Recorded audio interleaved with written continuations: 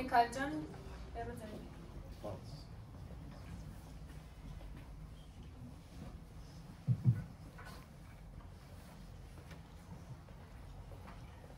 Բարև ձեզ։ Ես Միքայելն եմ, Unity Developer Game, Nur Games-ից եմ։ Այսօր ուզում եմ խոսամ մի քիչ ինովացիա ճանապարհից, ինչից եմ սկսել ու ամենակարևոր բանը թե ինչ եմ հասկացել։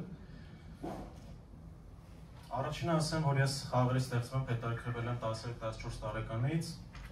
սկսել եմ խաղեր սարքել, բայց ես տեսակով նենց մարդ եմ, որ չեմ սիրում ինչ-որ բաներ դասեր լսել, YouTube-ով վիդեոներ նայել, գրքեր կարդալ։ Ես նենց տեսակի մարդ եմ, որ ուզում եմ իմ արած գործի արդյունքը միանգամից տեսնեմ։ Դրա համար ես վերցրել եմ այդ պահին շուկայում ամենահայտնի ու նաև իմ սիրված խաղերը։ Այսի օրինակ Stake խաղն է, չեմ հիշում որ թվին է 2019-20 թվին է դուրս եկել։ Հայտնի խաղերը սկսել եմ ուղղակի կոպի անել։ Ձախից կտնեք իրական Slack խաղը, աչից իմ կոպի արած խաղն է։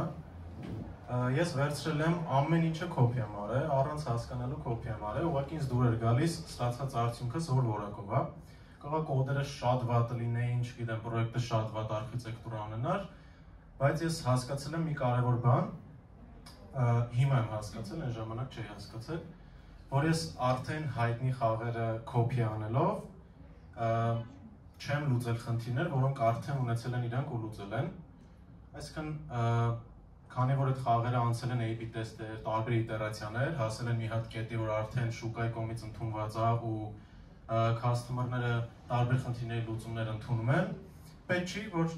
ես էլ այդ ճանապարհով գնամ, նորից այդ սա խնդիրներ ունենամ, այդ նորից սա այդ նույն լուծումները տամ, միանգամից արդեն լուծումից սովորեմ, իմ խնդիրները կունենամ, ես կսկսեմ արդեն մտածել։ Էլի այդ նույն խաղերից էր, զիգզագներ էլի։ Հիմնական միտքը որն է, ամենամեծ բանը, որ ես սովորել եմ անընդհատ կոպի անելով խաղեր, հիմա հասկանալով, դա ճիշտ խաղացողի հետ կոմունիկացվելն է, դա կլինի ֆիդբեքների տեսքով, թե ուրիշ տարբեր ձևերով, ամենակարևոր բանը խաղերում ու նաև ոչ միայն խաղերում, տարբեր ոլորտներում, բայց ես մենք խոսենք խաղերից։ Ճիշտ խաղացողի հետ կոմունիկացվելն է, որպեսզի խաղացողը ձեզ ճիշտ հասկանա ու նաև խաղը ճիշտ հասկանա։ Հիմնականում հասկացել եմ, որ օրինակ, եթե դու տենում ես քո խաղում կամ պրոյեկտում, կինոյում, մուլտիկում, ինչ-որ մի բան դատար կա նայվում,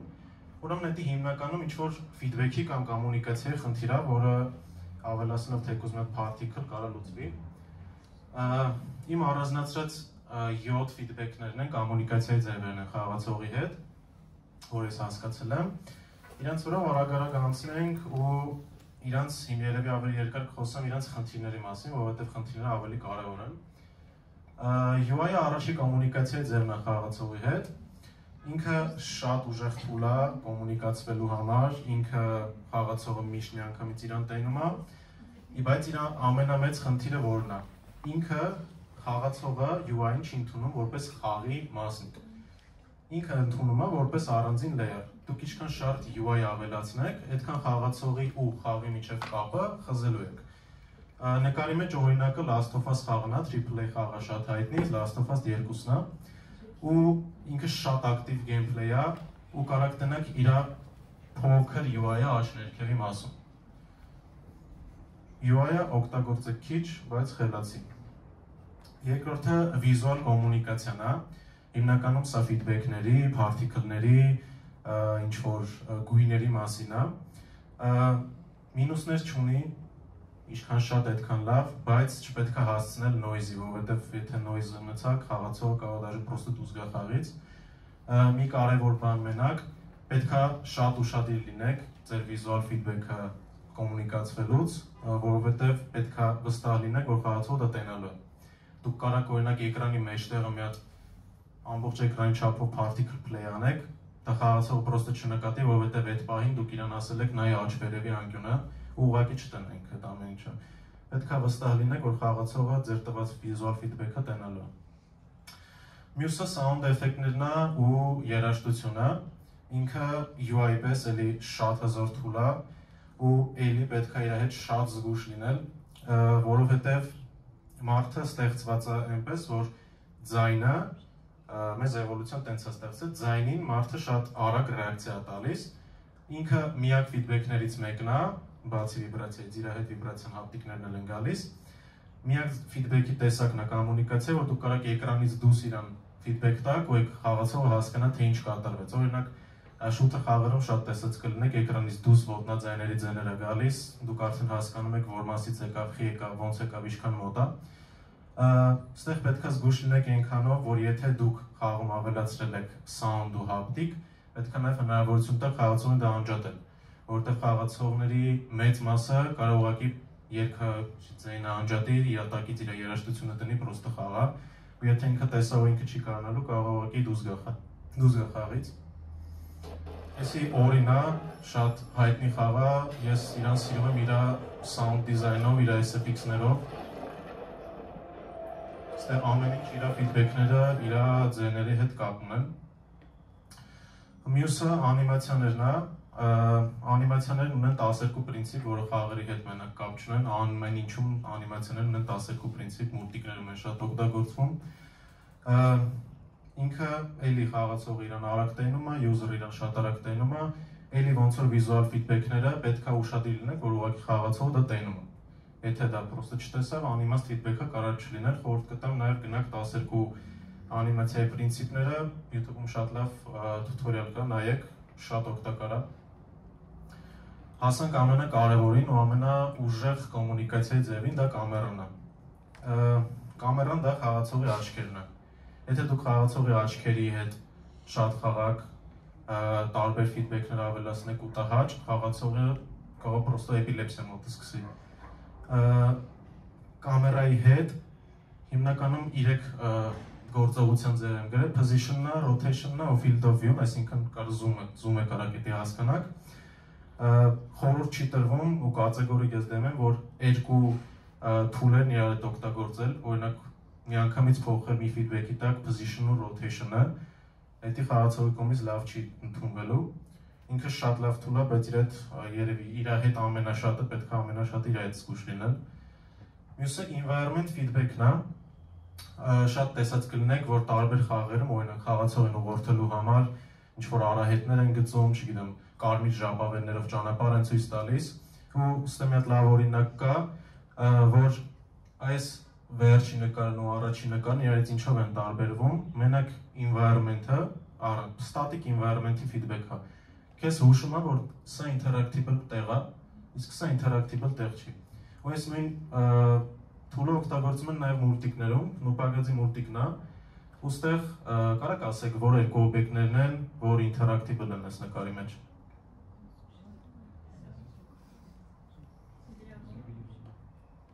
Գայլն ու այս տակիպ բանը տենում եք, աղբամանատիպ բանը։ Իրանք interactable են ու իրանք շատ լավ տարբերվում, առանձնանում են մնացած environment point-ներից, դու ես մի կադրով կարաս հասկանաս, որ կարելի է այդ աղբոման հետ ինչ-որ գործողություն անում։ Իմաստը որն եմ ասացի, որ դա մենակ խաղերին չի վերաբերվում, մուլտֆիլմերին, կինոներին ամեն ինչին վերաբերվում է։ Հասանք վերջինին, դա հապտիկներն են։ Իրանք էլ են շատ ուժեղ tool, բայց էլի sound-ների պես իրան խորհուրդ չի տրվում մենակ իր էքզեմպլարով օգտագործվել, ու էլի պետք է իրենց զգույշ լինել։ Հիմիկվա տեխնոլոգիաները մեզ թույլ են տալիս իր ուժգնությունները, իր թայմինգները, duration-ը սա փոփոխել, դրա համար խորհուրդ կտամ haptic feedback ավելացնելուց մի քանի անգամ տեստեք ու play test անեք տարբեր մարդկանց հետ։ Ստեղ գրած չի, բայց մի կոմունիկացիայի ձև էլ ասեմ, որը հիմնականում երկուսի խառնուրդն է, անիմացիաների, մեկ է environment-ի, դա physicality-ն է օբյեկտի, օրինակ ուղղակի խաղացողը տենալով հասկանա այդ օբյեկտը ինչ ֆիզիկական հատկություններ ունի։ Օրինակ եթե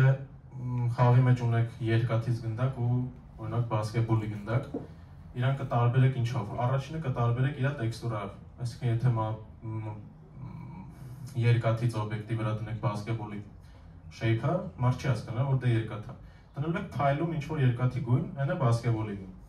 Բայց մյուսն է անիմացիան է։ Եթե դուք բասկետբոլի գնդակին, որ մարդը միշտ սովորավ է բասկետբոլի գնդակը կպնելու է գետնին bounce լինի վերև, իսկ երկաթինը կպնելու է գետնին կարող է գետնինը փոս գցի, հակառակ անեք մարդու ուղղը տրակել է, որտեղ ինքը երկու սիգնալ է ստանալու։ Խաղը քեզ ասել է գնդակը չի թռնում, բայց դու միշտ գիտես, որ գնդակը թռնելու։ Այդտեղ ավելանում է անիմացիաները։ Այսինքն դու կարաս, չգիտեմ, բասկետբոլի գնդակին score trash ավելացնես, այն մյուսին вообще չավելացնես գետինը post գցես։ Այդ երկու communication-ները գումարում են իրար, դառնում են physicality, որ էլի կարևոր կոմունիկացիայի ձև է։ Հիմնականում այսքանն էր, որ ես առանձնացրել էի հայտնի խաղերը copy անելով։ Հիմնական իմ ասացի միտքը որն է, որ երբ որ դուք սկսում եք ինչ-որ հայտնի խաղեր copy անել, արդեն կայացած կամպանիաների կայացած խաղեր վերցնեք ձեր ռեվ, իրանք արդեն տարբեր A/B տեստերի, իտերացիաների, ամիսների, տարիների աշխատանքներով հասել են մի հատ վերջնական կետին, որը շուկան արդեն ընդունել է։ Պետք չի դուք իրանց սկզբնական ճանապարհով անցնեք, այդ բոլոր խնդիրները դուք ունենաք։ Խնդիրներ ունենալը ու խնդիրների վրա սովորելը շատ ճիշտ բան է, բայց եթե մարդիկ արդեն լուծել են այդ խնդիրները, խորհուրդ չեմ տալիս նույն ճանապարհով գնալ, ունենալ նույն խնդիրները։ Այսքանը, մերսի շատ։ Եթե հարցեր ունեք, կարեք տաք։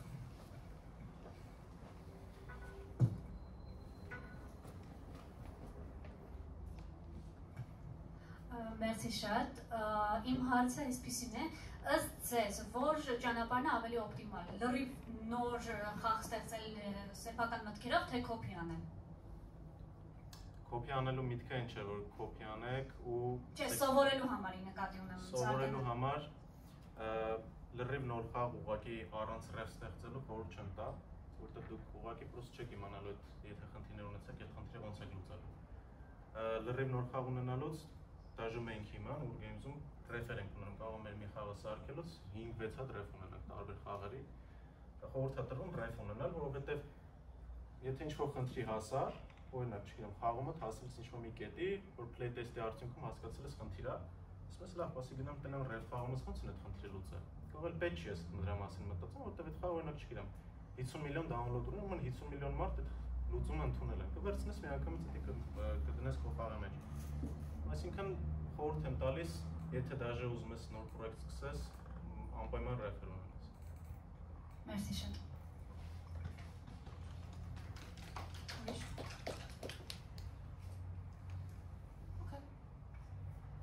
Շատ լավ, մերսի շատ։ Մերսի շատ։